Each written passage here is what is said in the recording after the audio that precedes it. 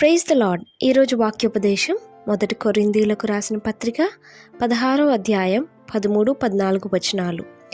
మెలకుగా ఉండుడి, విశ్వాసమందు నిలకడగా ఉండుడి, పౌరుషము గలవారై ఉండుడి, బలవంతులై ఉండుడి, మీరు చేయు కార్యములన్నీ ప్రేమతో చేయుడి. ఈ మాటలలో 5 ప్రాముఖ్యమైన విషయాలు ఉన్నాయి. మెలకుగా ఉండడం, విశ్వాసం, పౌరుషం, బలవంతులుగా ఉండడం, ప్రేమ.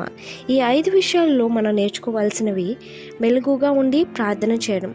దుష్టుడి కన్ను మన మీద పడకుండా, ఏ అపాయం రాకుండా ఉండాలి అంటే నిరంతర ప్రార్థన అవసరం. విశ్వాసమందు నిలకడ.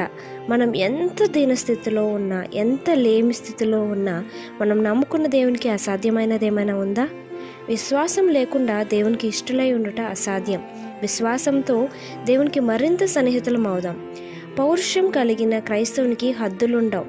ఎన్ని ఆటంకాలు ఎదురైనా యేసు మనతో ఉన్నారన్న ధైర్యం ఉంటుంది. అటువంటి బలమైన యోధులుగా మనం జీవించాలి.